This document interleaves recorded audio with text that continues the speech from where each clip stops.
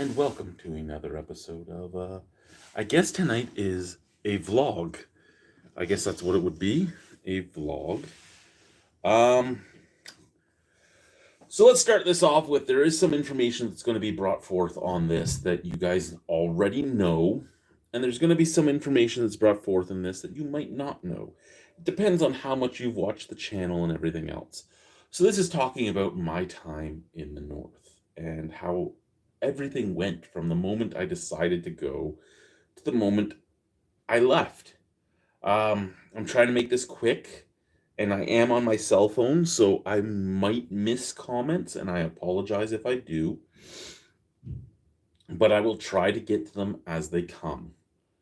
My computer's over here. I just don't have it turned on right now. I probably should have for this, but I didn't. Um, Sorry, I'm just trying to figure out why my lighting is so bad right now because usually it's good. Anyway, so for those of you that do not know, the company I had gotten a job with was the Northwest Company. So the Northwest Company runs Northern, Northmart, Cost You Less. They have some giant tigers. They have, I forget the name of their Caribbean stores, and they have some stores in Alaska. So they look at, for the most part, they look at hard to reach areas. Even some of their giant tigers are in places like La Roche, Saskatchewan, and stuff, like places that you wouldn't normally go to unless you were living there. So me and my wife were in a pickle. We were having problems. We were having things going on in our lives, and there was a lot of fighting, and there was a lot of stress, and we knew we needed a change, and we needed to move on and do something different. Alicia's dad had worked in the Arctic for over a decade at this point at the Arctic College. Um, some of his children have worked in the Arctic. She didn't. And so we kind of knew what we were getting into going into the Arctic, that it was going to be a harder life. But at the same time, there was lots of different opportunities. And we started applying to a lot of different jobs in the Arctic. At one point, I was offered a job at the Frobisher Inn as their bar manager, and that was in Iqaluit, and it was about $50,000 a year, and it had oh, somebody's calling my wife. Maybe she answered. And it had like a food allowance, and it had a housing allowance where you lived in the inn and stuff. And I was talking to them. I'm like, look, it's me and my two kids, and they're like, well, we can give you a bigger room that would have like it would be a suite and this and that. And I go, yeah, that's great. And it also had a living allowance and a northern allowance. So the northern allowance was something like $15,000 for living in the north, because some things are so much more expensive up there, right? So I'm like, this is great, and my wife could probably get a teaching job, even though she doesn't have a teaching degree. They don't have the same requirements of you when you're up there. Hell, you can if you're Inuit and you're in Inuit territory, you can get a nursing degree in 3 months. Yeah, yeah, that's right. So I was like, I don't know if this is really the thing for us. And then the Northwest Company called. The Northwest Company called, which was a grocery store. Again, the Northern and North Mart, not just a grocery store, I guess more a general store. They sold everything, right? They sold vehicles, they sold clothing, they sold appliances, they sold furniture. Groceries was still dependent on the store between 70 and 90% of your sales. And they wanted couples because a couple would be two managers in one house. And I mean, they only have so many houses in each community. So they were really excited for couples. And me and my wife were there and we talked. And I mean, I had some retail experience, but most of my experience was in the bar industry, restaurants, security, casino, hospitality, shall we say. My wife had 3 degrees, and she had most of her experience in retail, but not as management, and then in ECE, so early childhood education. They offered me a job. They wanted me to go into MIT, which would have been store manager right away, and my wife to be a supervisor. And we ended up negotiating that we both go into DMIT, so department manager, because they didn't want to give her a store manager position. And they're like, well, why don't you want to be a store manager? I go, because if I'm a store manager, I'm working for nothing. And they go, what do you mean? I go, your wage that you would pay me would be so much that I would pay so much to my ex-wife. Plus, I would be the one that expected to deal with all the people. My wife is better at that. I'm better at numbers. I'm better at warehousing. I'm better at tasking. I'm better at getting a job done. She's better at dealing with people. So she's the one that should be your store manager. Well, she doesn't have the experience, so can we put you as this for a little while? Sure, let's do it. So once you start going with them, it's 3 interviews. You have interview 1. I see there's a comment, we will get to it. There's interview 1 where they kind of introduce the company to you.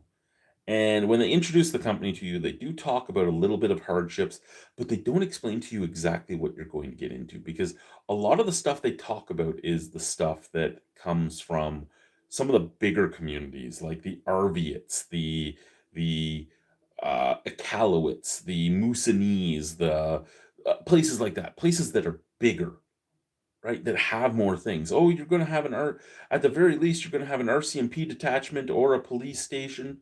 Some places don't. You're going to have at least a nursing station. Some places don't. You're going to have this or that. Some places don't. Uh, so, I mean, there are places that can be as small as like 200 people. There's places that are as big as 10,000 people. So it depends on where they send you on what you're getting into. But they sell you on what is bigger. They sell you on the bigger stuff. Your second interview is your usual interview questions, and this should have been our red flag, right? Because we were talking about it, and we had kids, and they went to Alicia, and they're like, "So what are you going to do if you don't have daycare or this and that?" And she's like, "Don't I have a partner? Don't I have this? Don't I have that? What do you mean? What am I going to do? I'm a woman who was a single mother forever.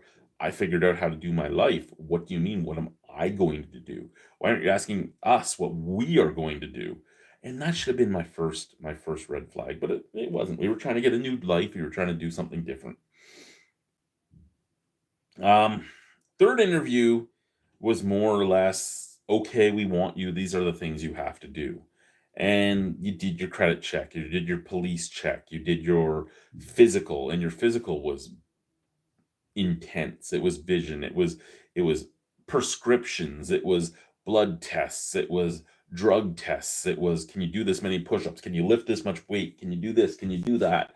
So it was one of those amazingly difficult, it was harder than getting into the military to work for this company. Then they fly you to Winnipeg. At that point, they flew you for a month to do your training in Winnipeg. Put you up in a hotel. They gave Now this is the thing, okay? So when we joined the company, they flew you to Winnipeg. You were there for a month. Now it's 21 days. On top of that, in that month, you were fed at the training center, and you were given $25 a person per day. So we were given $50 per day for food. Now you're given $25 per person per day, and you don't get lunch served to you at the training center, unless like some head office honcho is coming. Then they do the catering. So to save money, they got rid of the catering. Well, now you have to try and get yourself 3 meals a day on $25. That's not really going to work for you, is it? It's not going to work for many people. But you're in a hotel that is a suite, so if you go and actually buy groceries and cook, you actually might be okay looking at $25 a day for 7 days. Because, I mean, what, a case of water is $3, a thing of spaghetti noodles is, and even the hotel they put you at, they used to serve you a breakfast. They still serve breakfast, but they used to serve you a breakfast, and they used to have a evening snack. They don't have the evening snack anymore. So if you're joining the company, you're really going to have to plan out how you're spending your money. You're really going to have to plan it out. After your month, usually you leave right from Winnipeg because you've sent all your stuff to Winnipeg. And this is the thing, right? So a lot of people sell their house or let their lease go or this or that, and your house is furnished, so you don't need any furniture. So most people either put something in storage and pay a storage company, or they sell everything. We sold everything because we figured we were gonna work for them for 5 years, save up enough money to buy a house outright, pay off my ex-wife, my current wife's debt, and leave. And what happened was, so we were in the group that sold everything other than like our clothing and maybe some electronics and stuff that we shipped to Winnipeg. You get $500 reimbursed to ship to Winnipeg. When you're in Winnipeg, you can buy as much stuff as you want to ship up for free. The company ships it up in their own logistics companies to wherever you're put. So we sent something like 23 crates from our place for our family of four to Winnipeg, plus whatever we had in our suitcases, right? Um, when we were in Winnipeg, we bought four more crates and filled it with like medicine and stuff. Because we were going to Quebec, and Quebec has a lot of weird laws about everything. Like things have to be sold from a pharmacy. Well, there's no pharmacy other than the nursing station where we were going. Once we found out where we were going, so we started buying everything we needed to go there. So you do your training, you do cultural sensitivity, you do a lot of native training because again, most of your well, all your places you're sent with the Northwest Company, if you're being sent somewhere, if you're not working at one of their giant tiger stores or something, if you're being sent somewhere, it's indigenous of some type. It's either you're on a reserve, you're on Dene territory, you're on Inuit territory, you're somewhere that's usually fly in only. There are some road stores and stuff like that. Uh, and if you're in the Caribbean, there is a long wait list to go to the Caribbean. And if you're in Alaska, you're American, right? You're American to work at the Alaskan stores. So where did I meet her? My current wife? I met my current wife in high school. Sorry, I'm backtracking now because I do try to answer the questions. Where did I meet her? I met my current wife in high school when I was in Arm Prior. We both fell in love with each other in high school. We neither of us said anything to the other person. We went on our separate ways, and 18 years later, we ended up in each other's arms. So it was one of those things. I was 18, she was 16 when we met and fell in love with each other. But again, both of us had some mental health issues, and neither of us had the courage or the confidence to say something to the other person. And then when we ended up with each other again, I was 36, she was 34. I'm now turning 42, she's turning 40. So I mean, we've been together for 6 years. We spent 5 years in the Arctic because we both wanted something different, and we probably shouldn't have went, but at the same time, the one thing I can say is it saved our marriage and saved our relationship because it let us get away from the stresses that we were dealing with that were causing a lot of fights.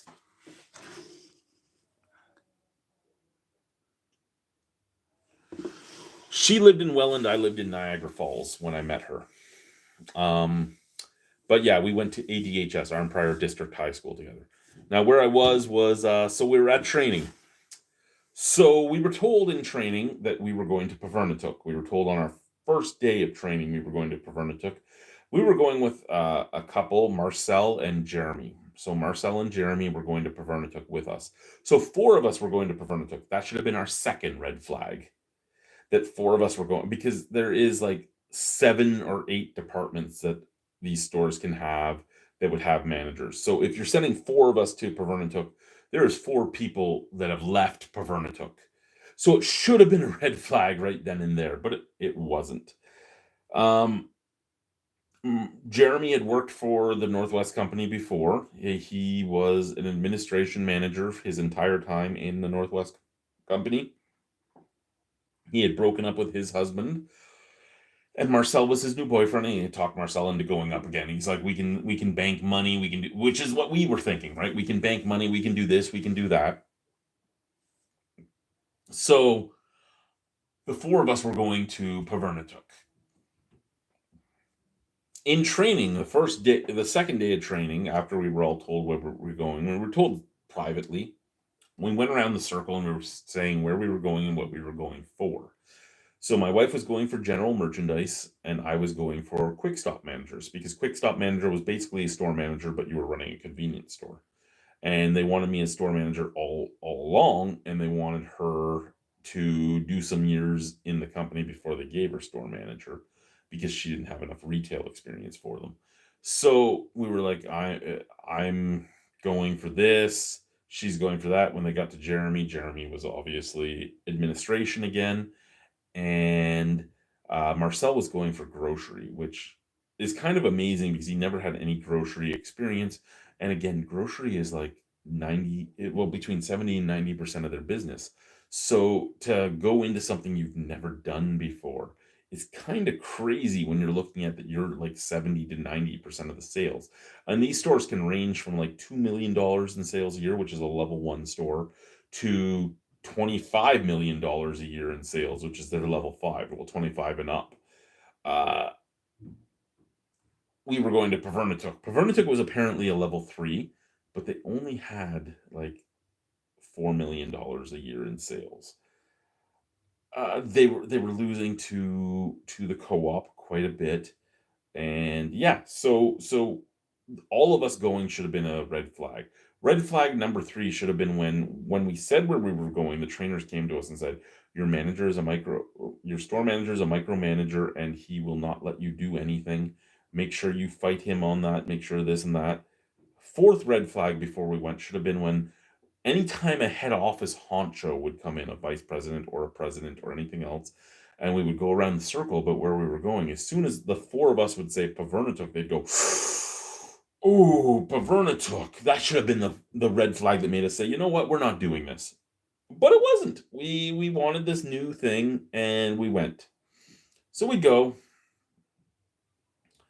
and I remember getting off the plane, and the manager was there to pick us up, and that was great. He took us to our house. Me and my wife got there a week after, well, not a week, sorry, 3 days after Jeremy and Marcel arrived. We arrived 3 days later because we had to go and pick up our kids. There was a three-bedroom house that was the manager's house, and he decided to stay in that house and give us the brand new house that had just been dropped there. So we walked into a brand new house. The brand new house was a prefab home made by a company in Quebec, and it was okay, but there was no storage in it at all. It was a prefab home, right? It was a prefab home. All the homes in Pavernatuk are up on stilts. None of them have a basement, but the manager's house had like an almost crawl space utility area. So if you had extra stuff you needed to store, you could put it in there. There was lots of stuff in there because I helped him move out of that house because he moved to the two-bedroom house that Marcel and Jeremy were in. Because Marcel and Jeremy lived with us and worked with us for exactly 7 days before they said they could not do Pavernatuk and left. That should have been red flag number five. But they lasted exactly 7 days before they called it quits. They called it quits, one, because of James, who was our manager, and two, because of the things that were happening to them as a gay couple in Pavernatuk. We found out after Marcel and Jeremy left that between Marcel, Jeremy, me, and Alicia, we were the 34th to 38th, 34th, 35th, 34th to 36th manager to come through there with him as the manager. He had been a manager for a year. He had driven away 33 different managers before we came. After him, after they left, they sent up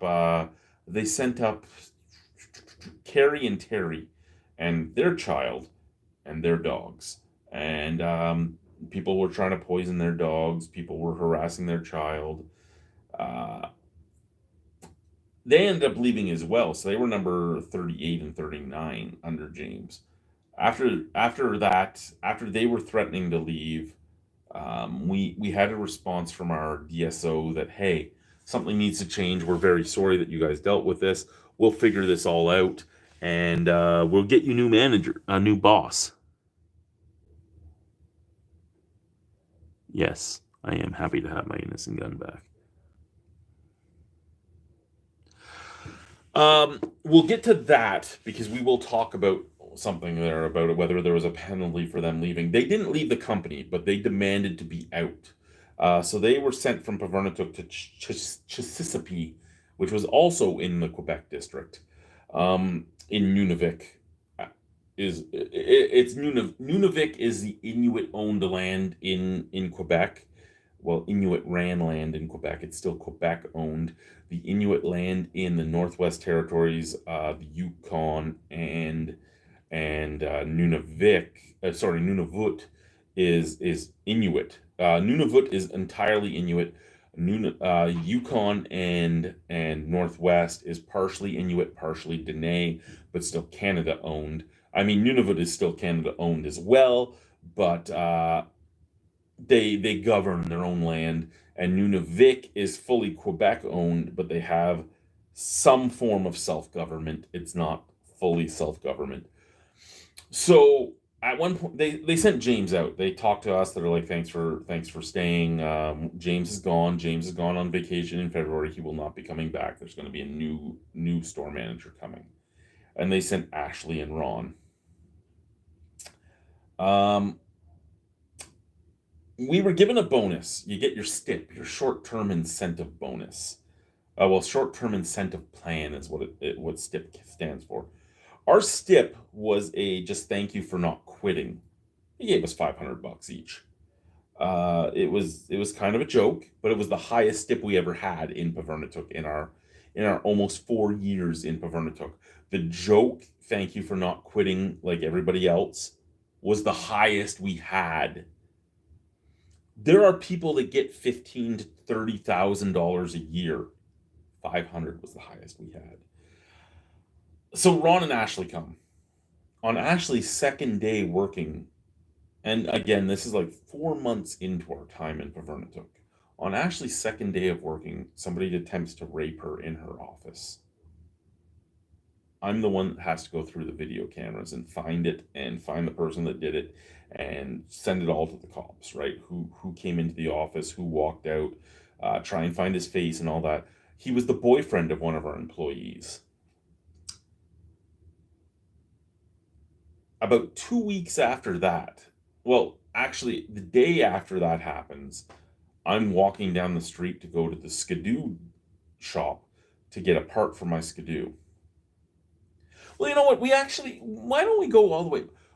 About 3 weeks into my job there, I bought an ATV. The first night I bought the ATV, I brought it over to my house. I rolled it to my house because the gas tank was empty and I had no gas. So I just pushed it to the house, left it at the bottom of the stairs. That night, somebody tried to steal it. First night I had it, somebody tried to steal it. As they tried to steal it, they dropped a security camera system in the snow outside my house. I found out a week before we landed, somebody stole $500,000 out of the safe in our store. Yeah, that's how much money would be in our store at the time.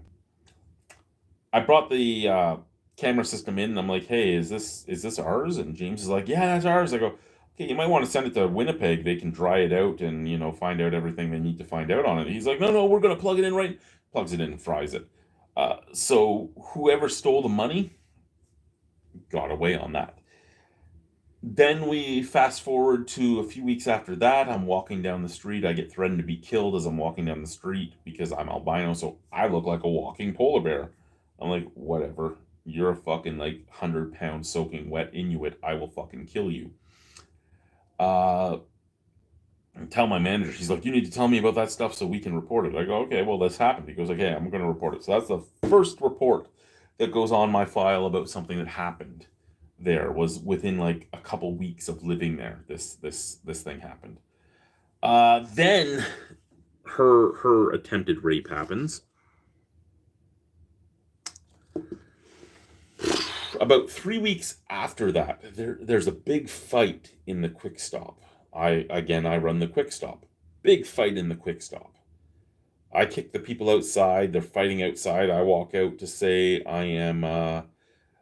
the cops have been called. You might as well go home. And I get attacked by 4 people. I was sexually assaulted that night. Nothing was inserted in me. But I was held on the ground and violated, basically. People were grabbing at my crotch and everything else, and, that's where I started to break. I within weeks of being in Pavernatook, I started to break. The threat to kill me didn't bother me. Once you violated my person, and I'm a big guy, I'm a strong guy, I can fight a lot of people off. I can't fight 5 or 6 people off. Once I was held down and things happened to me, things happened to me. I told my boss. She had been attempted to be raped a few weeks before. She didn't give a shit. She was like, "Yeah, you're a guy, whatever." Uh, But this happened, and I don't feel safe at the place I work. And again, well, whatever, you're a guy, it doesn't matter. Can we at least report this to head office and get this in my file so that maybe my family can be safe? Ah, you're fine. Few weeks, so I continue to have to work in that fucking hellhole that I don't want to go to, in the fucking hellhole of a town that I don't want anything to do with. People chase my eldest daughter. My eldest daughter is my wife's daughter. I am her father, even though I wasn't in her life till she was 9. Her father's been in her life twice for a few days at a time. In her entire life, I was there for 6 years, and I was there all the time. I was there for her no matter what, but people were chasing her to try and rape her. I'm like, "We need out." "Well, no, no, this is fine. You're fine." "No, I need out. This town is fucked." This town is on the the Hudson Bay coast. It is the hub of the Hudson Bay coast. It has the prison. It has the courthouse. It has the halfway house. It has the special needs house. It has what they call the crisis center, which is where all the mentally ill Inuit are sent. It and the crisis center is right across the street from our house. Right across the street from our fucking house. Ah, so I'm like, "No, this is not a safe place for my family. We need out." "Well, no, you can't get out." Okay. Continue on. We move on. And again, this isn't saying that the Northwest Company is a bad company to work for. Every community is created differently. Every DSO is created differently. Every head of office HR person is created differently. It all depends on what you end up with. We were in the Quebec district. We had the worst DSO and the worst community of managers in head office that you could hope for. Uh so people are chasing her down. I had my sexual assault. Next on our list is my wife and I find out that my ex-wife wants us to take custody of Aiden, my eldest son. And I'm like, okay, we can do that. Let's let's find out if head office will pay for him to come up. Head office wouldn't pay for him to come up. It's a $5,000 round trip ticket. So that was $2,500 to get him up with us, plus all of his. Well, we had to buy all of his stuff once we got up there because we couldn't afford to ship it up there. And we're only a 45-minute flight from Montreal. Um, get him up there. Within the first week, he has 5 knives pulled on him. 5 knives pulled on the kid. The kid is on the spectrum. He's on the autism spectrum. Kids in town are coming over to our house and pulling knives and threatening to kill him. We bring this up to our manager, Ashley. She doesn't care. We start discussing leaving, but it's going to cost $35,000 to get our family out of Pavernatook. We don't have $35,000. We're making nothing. And our bonuses are like $200 at a time. So we start discussing what to do. Then, what is it, Bill 75, was it? Whichever bill it was, the French language law bill started becoming prevalent, and to the point where police, the KRPF in Pavernatook, would not help you unless you could speak French. So we call up head office and we're like, we kind of need out because of this bill and this and that. And they're like, "Oh, it's not going to be that bad. It's not." Rah, rah, rah." Go, "No, no, it's bad. You don't know what it's like up here. We need to go." "Oh, no, no, no, no, no, no, no, no." And every time we brought something up to head office, they would contact Ashley first, and Ashley would be like, "No, they don't. They're just being dramatic. They don't want to leave."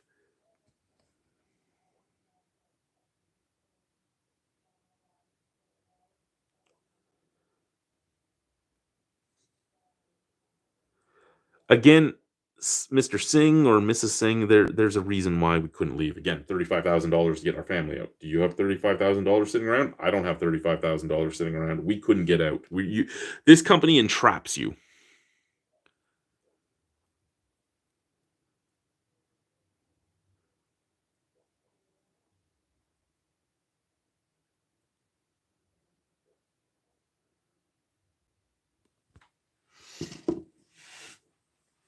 So where was I there on that? Hi, Paul. Um, so after we got turned down for being transferred out because of the language thing, we were like, okay, we got to figure this all out.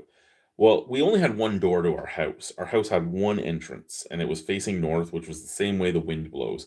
So it would always freeze shut to the point where you would get entrapped in your house. I had a heat gun in my house. Sometimes it would take us 2 hours to get that door unthawed so we could get out. And, you'd be thawing your door out, you'd get out. In the end, after it froze for the 45th time, which was 45 days in a row, I broke the door. I won't lie. I broke the door. I destroyed the fucking door to get out. I just started reefing on it. I'm like, "No, I'm not doing this again." And then I called head office and I'm like, "We need a second entrance. We need a door." It took over a year to get a fucking door to that house. It took over a year to get a door to my house. There was fucking rabid dogs on my porch. There was this, there was that. The inside door didn't lock, so there was people in our house all the time when we weren't home because hey, we can go in and steal whatever we want. The door doesn't lock. And again, you're entrapped because the company will not fly you out. If you go up, it is up to you to get yourself out. When you leave the company, it is up to you to get yourself and your stuff out. And again, Pavernatuk was we were a family of 5 at that time. You're if we went on vacation, they fly you out for your vacation, they fly you back. If we went on vacation, it was over $40,000. It's all taxable benefits. So they put it on your pay and then they tax you on it. So my wife would get a check, would get a pay stub one time that would make her like $5 because she would be taxed every cent she made. Uh, and I mean, again, every community is different, every store is different, every DSO is different. There are people that succeed in this company, there are people that do amazing in the company we were with. We weren't some of them. So we're at the point now where we're a couple of years in. I've had sexual assault. My wife has now been assaulted by a water truck driver because he came in to cash a check that he had already signed, and she's like, "We can't." Well, the person at the office is like, "We can't cash that. You've signed it." And he started freaking out. So my wife told him to leave the store, and he's walking out, and she's just following to make sure he leaves. And once he walks out the door, he turns around and smokes her in the face.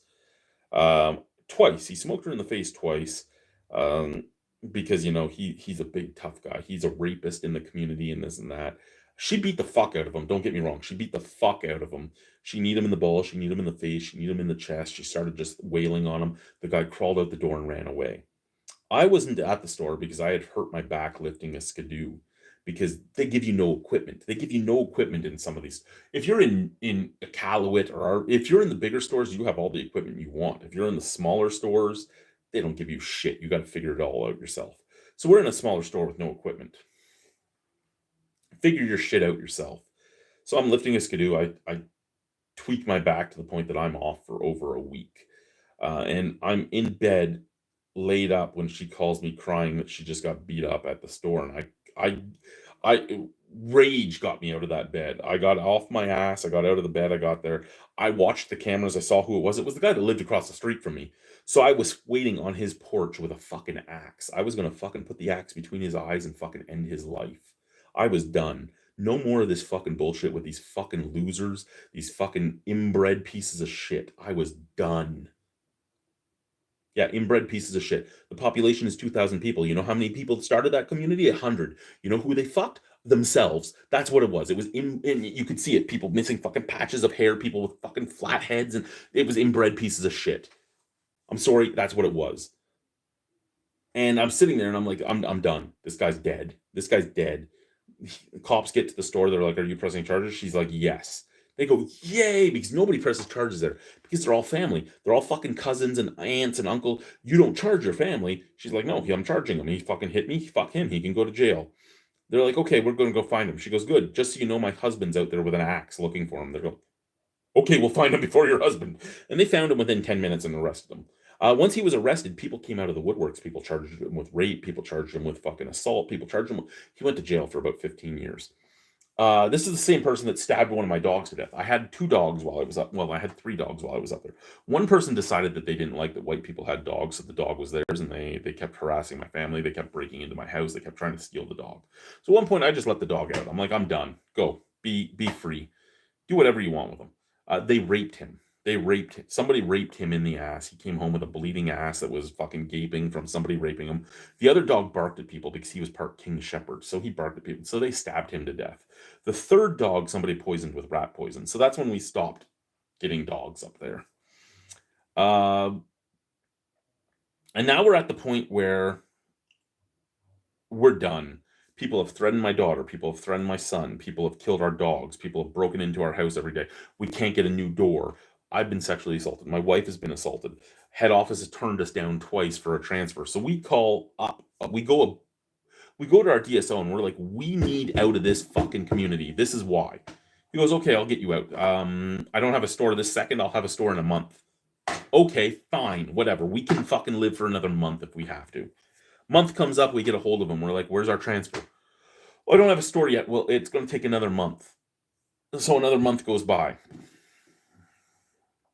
We get a hold of him. We're like, we need out. Where's our transfer? Oh, I don't have a store yet. It's going to be another month. Now we're going on vacation. So we're on vacation. All of our stuff is still up in Paverntook. And I'm telling my wife, I'm like, I can't go back there. I'm ready to kill myself. I've been on suicide watch 3 times while we've been up there. I'm ready to kill myself. I can't go back. She's like, well, we have to go back. We're going to get this transfer. We need to do this. He tells us he's promised us that in 2 weeks we're going to have a transfer. So let's get on the plane and go back. We go to get our COVID test to go back. I test positive. Nobody else tests positive, so they can all go. They're all negative. So I'm alone for 2 weeks in the hotel, freaking out the whole time about how I don't want to go back. What the fuck? Have you heard from the DSO yet? Have you heard from the DSO yet? The day I'm getting on the plane, she calls me. She goes, Mark just called me. Oh, yeah? She goes, she told me the same thing another month. And I think I severely broke then. I'm like, well, you guys are all up there. How the fuck am I getting you down here? We need to leave. And she's like, I know, but we're all up here. You're down there. We don't have $20,000 in the bank to come down there with you. What you're gonna have to come back. And I'm like, I can't go back. You're not getting it. I can't go back. And she's like, no, but what are you doing? Are you abandoning your daughters, myself, your son? I go, no, I'm not. So I got on the plane and went back because I couldn't leave them there. I knew exactly what they were in. I get on the plane, I go back, and I'm hating myself every second of it. But the second I get off the plane, we make a plan. We're like, we're going above our DSO because we found out that our DSO, every time we made a complaint, our DSO would go to our manager, our store manager, and our store manager would say, no, they want to stay. I don't know what you're talking about. So we went above him. We went to workforce planning. We went to HR. We went to the vice president. We went to everything in the company. And we're like, this is the list of everything and dates and times and everything that has happened to our family. We need the fuck out. So this is March of 2022 now. We get a call middle of March 2022. We get a call the beginning of April. Okay, these are the 5 stores we have. Where do you want to go? So, I mean, we pick a place that's we go to. They were all in below the tree line. They were all in either Cree or Ojibwe or Lakota. They were all in lands of First Nations people, not Inuit. And we're like, so we went to Alicia's uncle because Alicia's uncle was a First Nations chief. He was a chief for the Missinaba people, and we're like, which one of these reserves would you go to? Of all these, there was one Dene area offered to us too, but it was almost as rough as Pavernatuk. And he's like, this is where I would go. The people are the best there. And we're looking at it. It's a level 1 store. It's a level 1 store whose sales are more than our level 3 store. And at this point, I'm broken. I'm broken beyond belief. I just want out. And every chance we've gotten to get out, every time we've had enough money to leave, something's happens. It's drained us dry. Um, and I'm like, okay, let's take it. Let's just do it. She's getting promoted to store manager. I'm getting promoted to grocery manager. Even though I was apparently working as a grocery manager for 2 years at the time, I'm finally getting my promotion to grocery manager. I lose $500 to go because Pavernatuk had a $5,000 market adjustment. Because who wants to fucking work in Quebec, right? So there's a $5,000 market adjustment for the Quebec stores. I lose $500 on my pay. She basically stays the same as what she was at. We go. We make them go from a $5 million store to an $8 million store in the first year. The end of this fiscal year, they were over 9 million. So we again put another $1 million on the bottom line. But we go.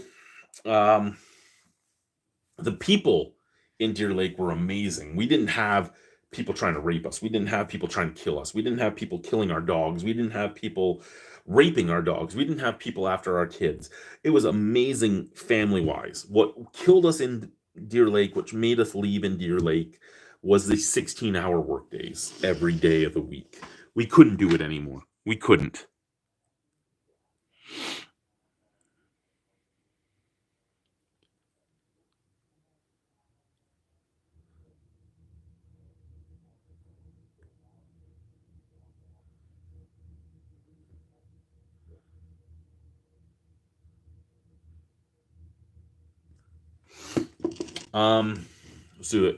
Suing the company doesn't matter. We'll get to that stuff shortly too. So the company also has it in their contract that if you join the company, if you leave before 3 years, you owe them the money it costs to move up there back as well. So you had to put at least 3 years in. But if you were ever leaving them, you had to pay your exit yourself. You had to pay your exit yourself. And depending on where you are, depends on how much that exit costs. Once we were in Deer Lake, the exit was a lot less. And we tried. We were like, our first bonus in Deer Lake, we were only in Deer Lake for 6 months when we were given our bonuses for Deer Lake. So double that, and you would know what our bonuses would have been for the full year. But I was given $8,000 for 6 months in Deer Lake as the grocery manager. And my wife was given $7,000 for 6 months as the store manager in Deer Lake. So we were looking at amazing bonuses if we could have held out. But you do your own garbage. So you work, your shift is like open till close every day.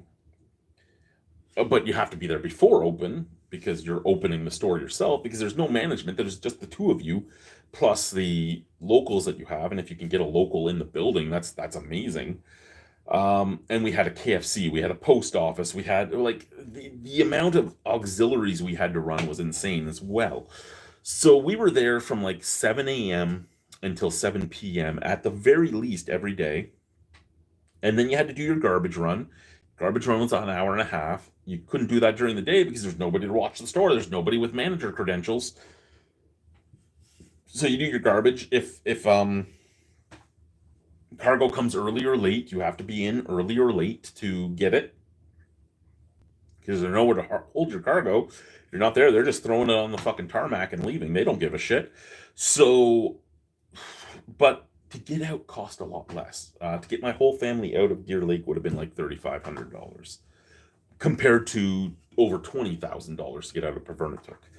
So we're in Deer Lake and we're trying to make it work because the money we're making in Deer Lake isn't great, but the bonuses make it so that we might be able to save up the money we wanted to buy that house outright. Well, then things happen. It's time to get the custody of my son written over to me. My ex-wife gave me custody of my son. If he stayed with me this much time, he's just staying with me. I'm like, okay, we need to get this in paper because I'm still paying you child support for him to live with you. But he's been with me for over a year. So let's get this in paper like you wanted. Okay, let's just get this in paper. So I throw $3,000 to a lawyer to write it all up. She writes it all up. It ended up costing $17,000 because my ex-wife just drug it out. She wanted to fight for every cent she could get from me because she didn't like that she was going to get even less child support because she technically has to pay child support for Aiden living with me. So we get to that point. That's a great point. That's a great point to be at. It was amazing. Everything was great. It was beautiful, right? So I lose every cent we've saved again, and we were up to like $15,000. It all went to court fees, and that was the money to get my family out and to buy a house and everything else. So I start freaking out. I'm like, this is like the fifth time I've lost every cent in the 5 years I've been with this company. I need to get the fuck out. I can't stay here forever. I can't. I will not stay here forever. I can't. I refuse to stay in this company forever, even if they try to entrap you. While we're with the company, on top of the 16-hour workdays, we have a sewage tank outside. There's a sewage pipe that goes from our house to the sewage tank. Nobody ever put a heat trace on that sewage tank. So both winters we were there, our sewage froze. You couldn't shit, you couldn't shower, you couldn't do anything. You had shit in your bathtub because it would come up through the fucking pipes into your bathtub. The first year it happened, we were without sewage for about 6 weeks. We are like, this can't happen. You need to fix this in the summer. We promise we're going to fix this in the summer. Well, we have 6 weeks of vacation. We took it in the summer so I could see my kids and my ex-wife could see Aiden and this and that. So we go on vacation. We come back. They did not put the heat trace on the sewage pipe. We're like, you have 2 months to get this on. Can you get this on?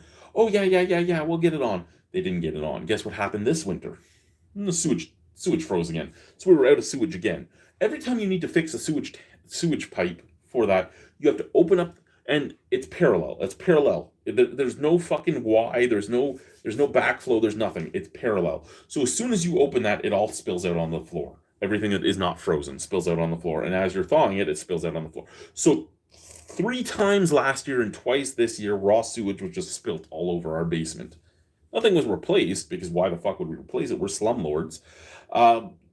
The house had 3 electrical fires. We reported electrical issue after electrical issue. Nobody cared to fix that because why the fuck would we fix that?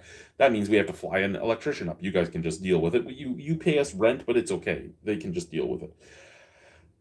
There are people that live in this company that have been without sewage for up to 5, 6, 7 weeks. There's people in this company that have fucking roots coming through their walls in the basements. If you're in a place that has basements, there are people in this company that don't have safe drinking water. There's people in this company that, so I mean, slumlordish is huge. But again, I'm not bad mouthing company. The company can work for the right people if you end up in the right communities. Every community is created differently. Every community is created differently, and that's the big thing. Deer Lake had amazing people. Deer Lake had an entirely different lifestyle than Pavernatuk, and I loved it. And I hated it at the same time because of how many hours I had to put in. So after our sewage, my ex-wife found out about the sewage the first time and threatened to try and take custody of Aiden back. Then the second time, she actually put in court papers to take Aiden back because we had no sewage again. Sewage is actually considered a human right in Canada. Fresh water is not. Sewage is. So if you don't have sewage, you are not giving the necessities of life in Canada. So she put in to take custody of Aiden back. So that was the rest of my money taken again. So we're like, we need out. We need out. When we finally left, they fired me with cause, so that they didn't have to pay me my bonus. My bonus was going to be $17,000. So did not pay me my bonus. They fired me with cause. They also, because they fired me with cause, put in paperwork to take my pension back. So they clawed back about $17,000 in pension. They tried to fire Alicia with cause, but they couldn't find anything, so they put her on a final written warning, because if you have an active final written warning, they don't have to pay you your bonus. But they gave her final written warning backdated, like they called her for her final written warning 3 days after her resignation was complete. They backdated it to the day before her resignation was complete, so that they could take her bonus away from her. Then 2 months later, because we've been out of the company now for 2 months, 2 months later, we ended up getting a letter that they were keeping our security deposit on our housing because of deep cleaning they needed. Which is funny because there was a plumber in our basement for over 2 months that shit in a bucket all the time. They said they kept our money for deep cleaning. He would not use our washroom. He shit in a bucket and threw the bag in the backyard. And then we had 3 relief managers through before we as we were on vacation, and we had another manager there after we were already resigned, and a month after he was there, they sent us our paperwork that they were keeping our housing deposit. So this is a company that you need to be careful with if you ever go to work for them.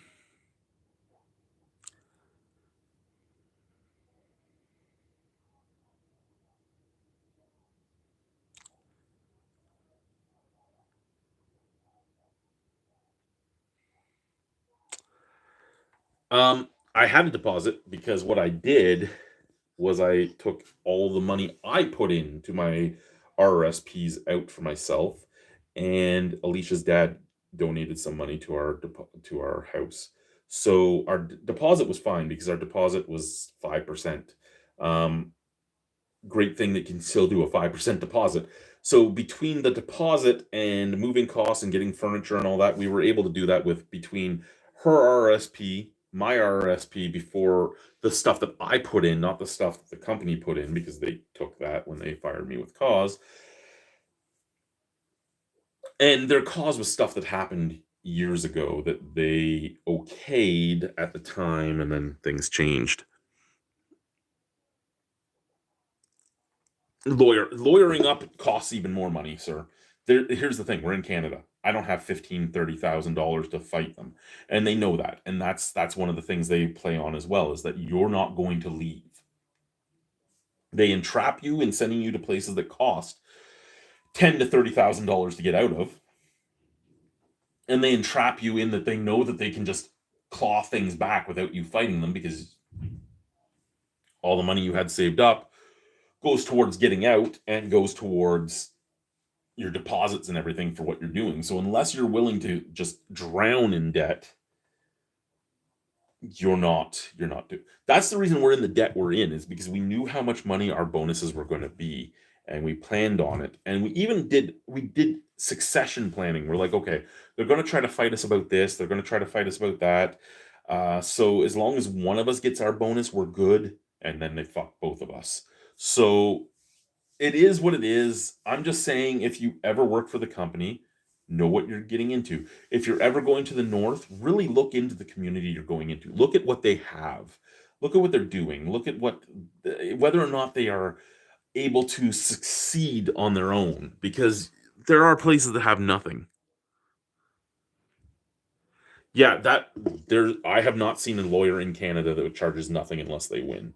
I have not seen one pro bono lawyer in Canada. Not one. I have not ever seen a pro bono lawyer in Canada. Uh, to the point. 1 second, I gotta pee. You guys gotta listen to me pee today. Oh, I know you can hear me talking, so let's continue talking. So, to complete what I'm saying, there are pros and cons to to the north.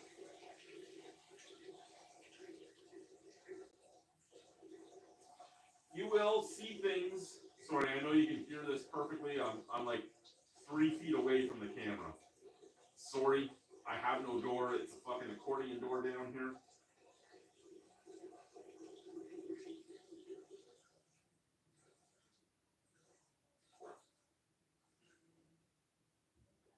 It is what it is. I get it.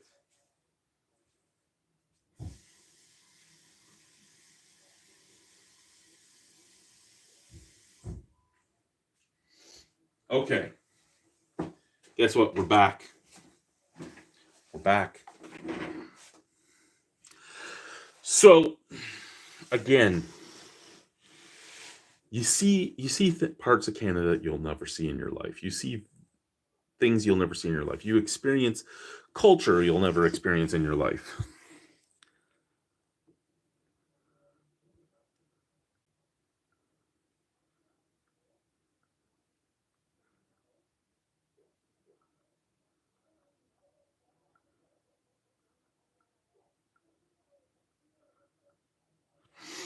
Here's the thing. Bonuses are not paid out in this company until April. So I would have had to have still been there until April 15th to get it paid out. The way it works is you're entitled to your bonus as long as you're still working there February 1st. So February 1st, we still worked there. We were still on payroll. We went on vacation very early February. Our vacation accruance would have taken us right till the end of February. They were able to catch me on breaking a policy. They weren't able to catch her on breaking a policy. The policy I broke, they knew I broke. They actually encouraged me to break it. It was one of those type of things where they were excited about it being done.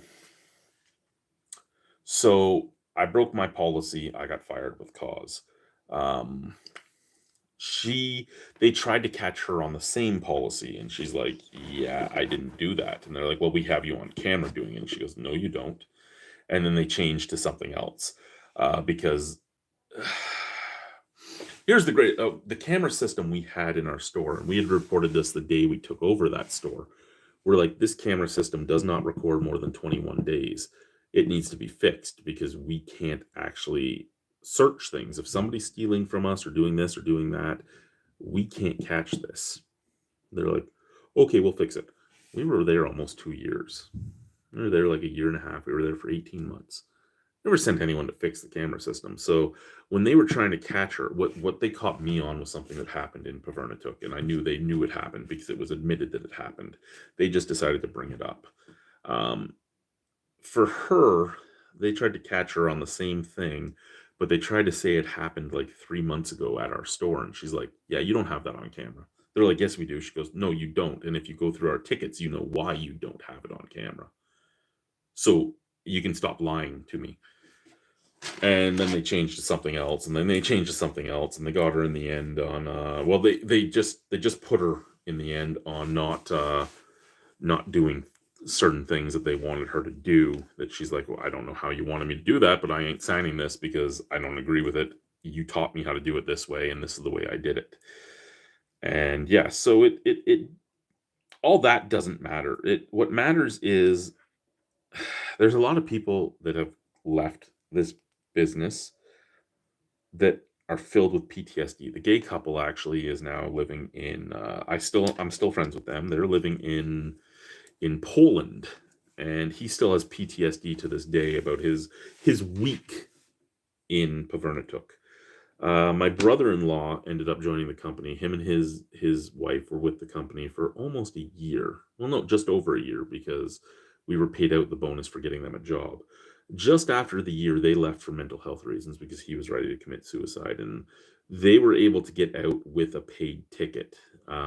We weren't able to get out with a paid ticket. We tried with my doctor's notes and everything else, and they wouldn't let us go because we were being held captive, basically, because we were what was helping the store we were at in Pavernatook run. And nobody knew how the store would run without us there. So we were being held captive until we went above everybody's heads. And the best we could get was being shipped to an easier place to get out of. And at first, it seemed like we were going to be able to put in more years and try and save up the money we wanted to save up. But that, as soon as I lost every bit of savings we had again, that's when I broke and I just had to go. And we went on vacation. That's how we left. We went on vacation. We had bought our house. We had told head office that, yeah, we don't know how long we're staying. We're leaving this exact year. We're leaving in 2024. We bought a house. We don't know exactly when we're leaving, but we're leaving as soon as we find jobs. And we were out on vacation to take possession of the house, and my wife was able to get a job within 1 day, and I ended up getting a job a few days after that, but my job didn't start until like March 2nd. And so we put in our notice, and I was fired with cause while on my vacation, so that they didn't have to pay me my vacation pay. Like I said, for her, they weren't able to get any of the paperwork done until post-dated. So they actually at first were trying to hold her vacation pay. And she's like, according to Ontario labor law, section 15, whatever numbers it was, she's like, you can't do that. So they had to pay her vacation pay, but it was a few days late. But for me, they got me earlier than her. Um, and we had already had contractors because we knew exactly what we were getting. So we were like, okay, we know we're getting this, we know we're getting that, we know this is coming, we know we're getting our pay for until the end of February, and this is how much we're going to get. So that's why we ended up booking some of the contractors we booked, because we knew the house needed some work, and there was some work that was beyond my capabilities to do. So we had hired people to do it. And that's where why we're in the predicament we're in, is because we had hired people to do the jobs because we knew we had the money coming in, and then that money was scooped up from under us. Now, again, it's not anything going against the company. If you are somebody that doesn't have a place to live or is really struggling, if you get sent to the right community, it's an amazing job. And again, you're going to see cultures you wouldn't see. You're going to experience cultures you wouldn't see. You're going to see sceneries you wouldn't see. You get your house. You need to go up as a couple, because if you go up as a single person, you're making absolutely nothing, because your house is a taxable benefit. Your flights out are a taxable benefit. Your food is a taxable benefit. So if you're a single person, those taxable benefits, like my wife was making $15,000 a year more than me as a base wage, but she was pulling in $700 less a pay than I was making because of all the taxable benefits that are put on your pay. So if you go up as a couple, one of you is going to make okay money. And I say okay because, again, it depends on which community you're sent to. Some communities are only working 8 or 9 hours a day, some are working a lot more. And then others, the other person in that group is getting paid a lot less. It's still an old boys club as well, to the point where we found out after we got there, because paperwork was in the store, that the brand new manager that was the last full-time manager in the store, because he had a penis, he was making $15,000 more a year than my wife was. And that is something that happens. If you're going up as a couple, you probably want the husband to be the higher position, solely because the husband will always make more money. It's a sad thing. There are relief managers, and relief managers are managers that just take over for vacations and stuff. So they go from store to store to store. I know a relief manager two relief managers that are together, where the husband has always been the grocery manager and the wife was the store manager. They both could do the store manager job, but the husband was always the grocery and the wife was the store. And they switched, and she went to grocery and he went to store, just so they could make more money. And all of a sudden, their wages were a lot more, because she was basically making the same money she was making as a store manager, as the grocery manager on relief, but he was making $15,000 more than her, again, because he has something dangling between his legs. And it's the reason why we did think about me going to store manager, but we also looked at what I would lose paying child support on the store manager wage. So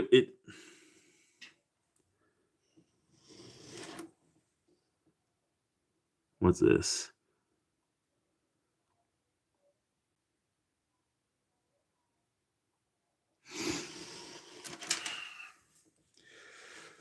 It's a policy on how you cash checks at the till. And the new system that they have doesn't let you cash checks at the till the way the policy said. So we were doing things the way our DSO told us to do it. And that's how my wife got away with it, but I didn't get away with it because I couldn't say that I was exactly told word for word to do it that way from the DSO. My wife had been told word for word to do it that way from the DSO. I just did it the way that the DSO told her to do it. But because I hadn't been told word for word how to do it from the DSO, I couldn't use that as an excuse.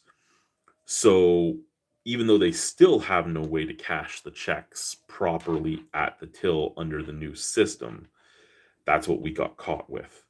And the reason she didn't get fired with cause, uh, so she could hold on to her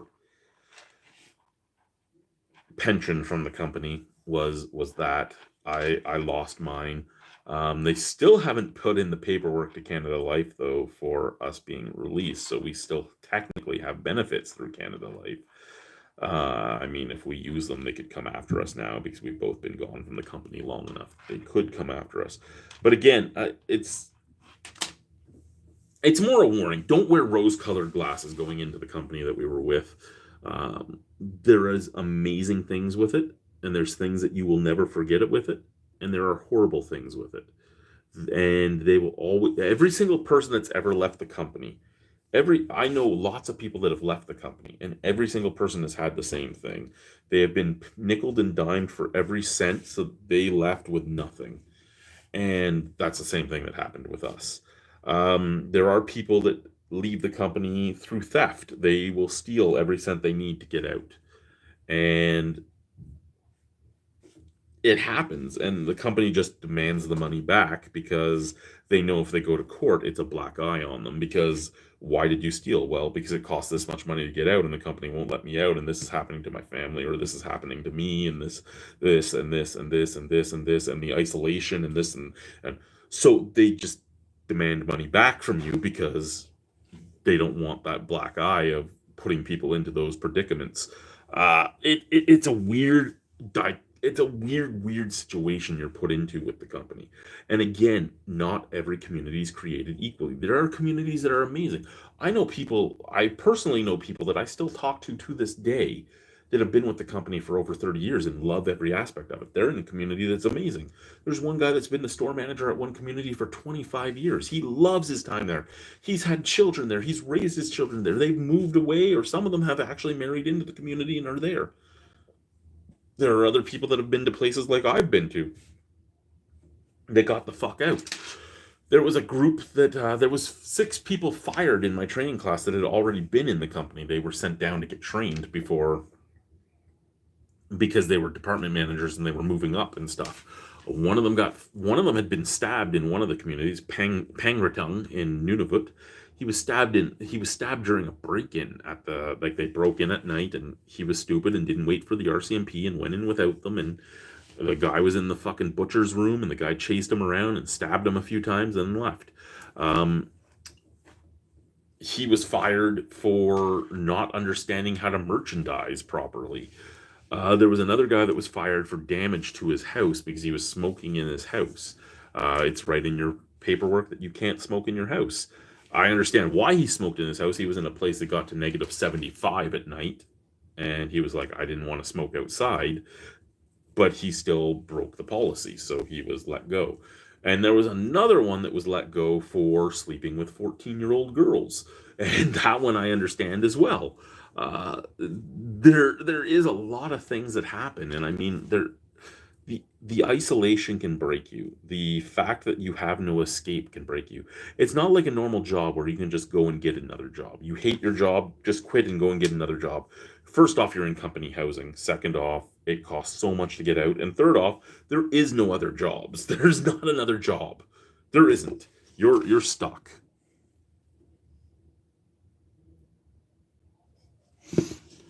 That was said right at the beginning, but if you look up grocery stores in the Arctic, there's not a lot of them. And a lot of them have the same problems.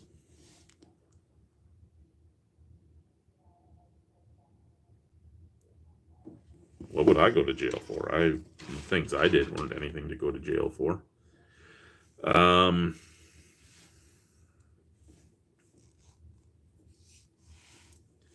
I broke some policies. It's not going to send you to jail. There are people that have gone to jail in that company. There are people that haven't.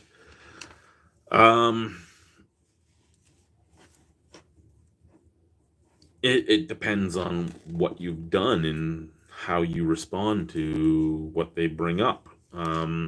Again, it is a company that can work for some people, and it's a company that will not work for others. My suggestion, and I've said this over and over again to anyone that wants to go to the north to see the north, because I've seen a lot of people go, I really want to see the northern lights, or I want to see the tundra. I'm thinking about going to work there for a while. Okay. If you have kids, don't do it. If you have animals, don't do it. If you have a spouse, possibly don't do it, because depending on where you go, it can be very bad to have a female from outside up there. If you're not 100% good with isolation, don't go. And when I say isolation, I don't mean, I'm an introvert and just want to be by myself. I mean, if you are not good with full on isolation, where there is nobody for you to interact with because you are an outsider, you are a Qualanaut if you're in Inuit territory, or you are I forget the Cree word for it, but a Qualanaut is like, Qualanaut's what they now use for white person, but it was always outsider before in the Inuit territory. The Dene have a word for it. Everybody has a word for it. If you are an outsider, you are not being accepted in a lot of these communities. Some of these communities will accept you with open arms, others will not. So if you are not ready to be fully and utterly isolated to the point where everything you do and everything you say is completely and utterly digested and brought up and everything, don't do it. If you are 100% okay with being completely alone and being a complete outsider, and you just want to see something beautiful, and you want to have the chance to interact in certain cultures and experience certain cultures, do it. However, there is a guy who works for the company who posts a lot of videos online, and he works for head office as a videographer, and his entire thing is a campaign. It's a campaign of work for us because of all this adventure. And I've talked to many people that have been hired since they started doing these videos, and I'm like, what do you think about this? And they're like, this is stupid because we don't do that adventure. Where's the adventure? We're working every hour of our day at the store, and when we try to adventure, we get threatened to be killed. I go, exactly.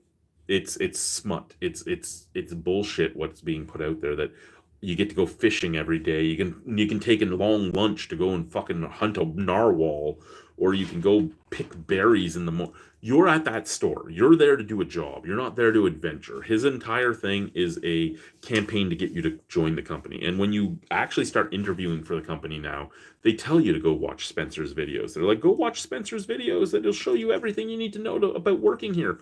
No, it doesn't, because Spencer never works in the stores. Spencer goes in the stores to do his video. His wife works in the stores. His wife and him were at our store when we took our store over. His wife was in our store 18 hours a day. He was in our store 45 minutes a day to do videos. So that's where the differences are.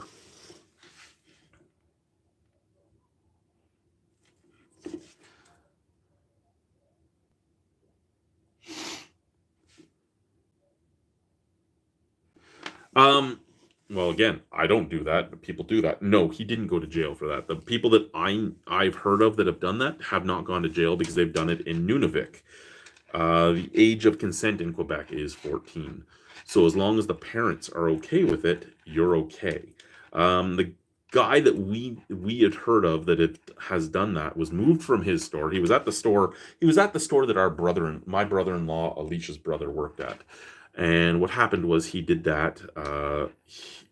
That girl was related to their shipper. Their shipper refused to go to the airport anymore.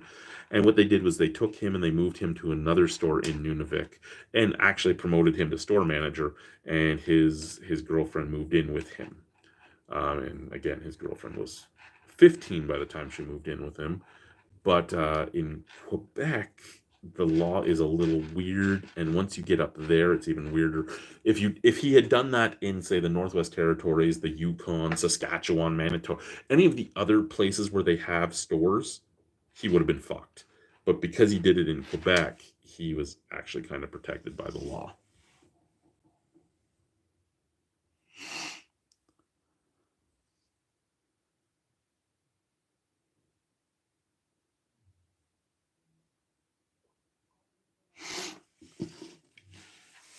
The man that did that was in he was in Inukjuak. I don't know where he was moved to after that, but it was in that district, so it would have been, well, it wasn't Salawit because I know the manager in Salawit. It wasn't Pavernatuk because I know the manager in Pavernatuk. It wasn't Sandy Kilowak because I know the manager in Sandy Kilowak. It wasn't Kujarapik because I know the manager there, which means it was either Kangasujawak, Kangasulujuwak, Kujarapik, or what was the other store on the Ungave coast? There was one more store on the Ungave coast, and I can't remember it, but it would have been one of the stores on the Ungave coast because he wasn't on. I know everybody that's currently in power on the Hudson Bay coast.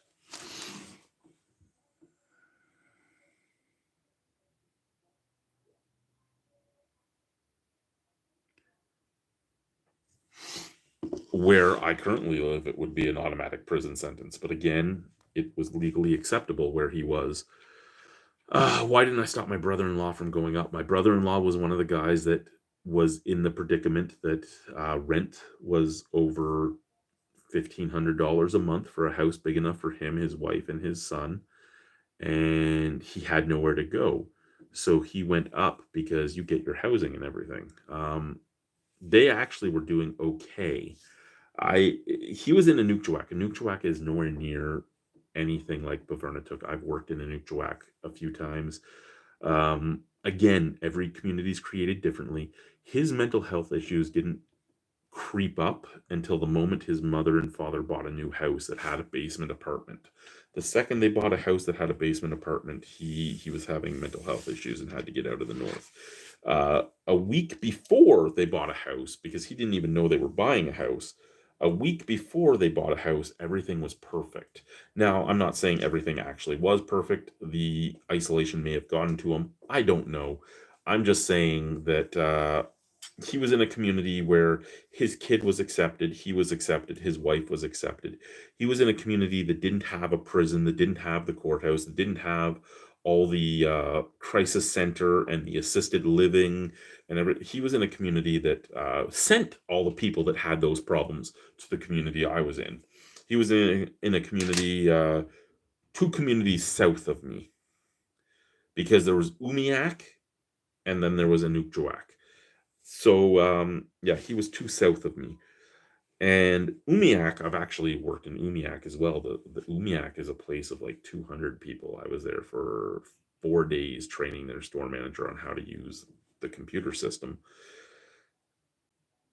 And she's great. She's a local. She's worked with the company for like 25 years. The community was great. Again, every community is created differently. So don't take my experience in the north as what anyone else that went to the north would be.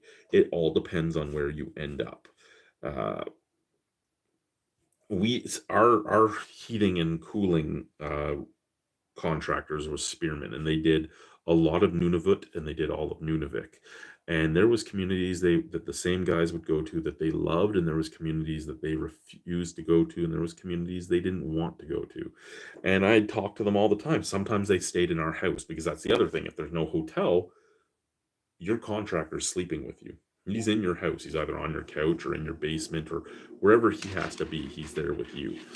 So we had people stay at our house where you'd get talking to them, and they're like, "Yeah, I refuse to go to this place, or I refuse to go to that place. I was at this place, and somebody left like goose heads all around my house, and like, just there's a lot of shit in some communities, and there's some communities that are amazingly open and accepting of you. So it all depends on where you end up being put." Sorry, what's this?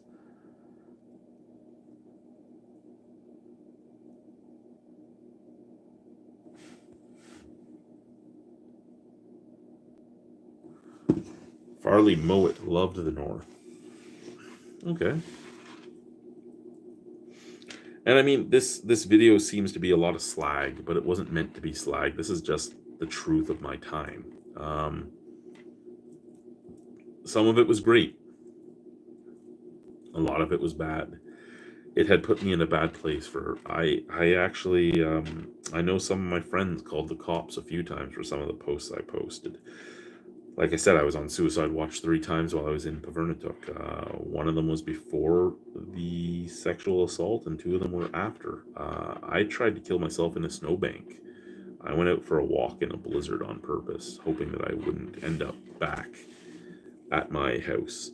And it is what it is. But I'm glad it didn't happen, because my son would still be with his mother then, in a very bad place for himself. So I'm glad things turned out the way they did, but I was not in a good place at all.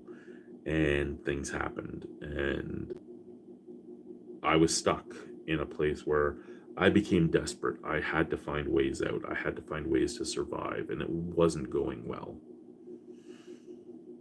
And if I hadn't gone out, like you said, could I have made it to get my bonus payout? No, I wouldn't have made it to get my bonus payout. I wouldn't be here to talk to you right now if I was still waiting for my bonus payout, which would be in a few more weeks. What, I have like three or four more weeks before the payout would come. I wouldn't be here today to say, yeah, no, I because after 5 years, I couldn't do it anymore. And again, Deer Lake was amazing in comparison to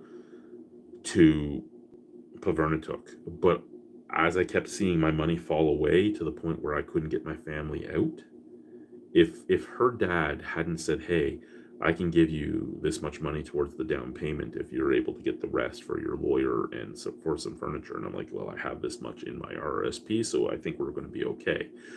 If that didn't happen, I don't know where I would be, because I couldn't do another 2 years of 16-hour days of people knocking on my door at like 2 a.m. to tell me they forgot to buy milk for their baby, or or being expected to do everything in the store and then doing all the garbage and then having no sewage and having no water, or having no drinking water, or being screamed at because we were out of sugar, or being harassed because my kids swore, or being blamed for people dying because we sell sugar and people made alcohol with it and then they lit firecrackers in their house and 6 people died in the house fire. I don't think I could continue being the brunt of every problem in the community while knowing that I couldn't get out. I don't think I could have survived any longer. And that's my truth with it. I know people have done amazing in the north, and I will never forget the views I've seen. I will never forget some of the people I've met, but I will also never forget the shit that happened to my family. And that's where I'm at.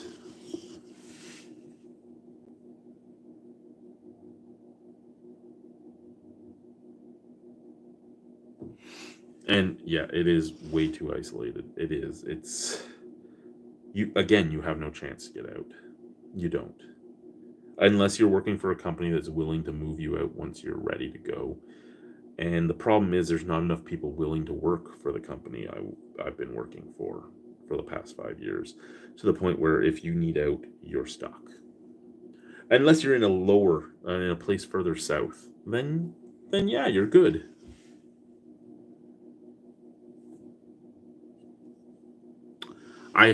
And there's the thing.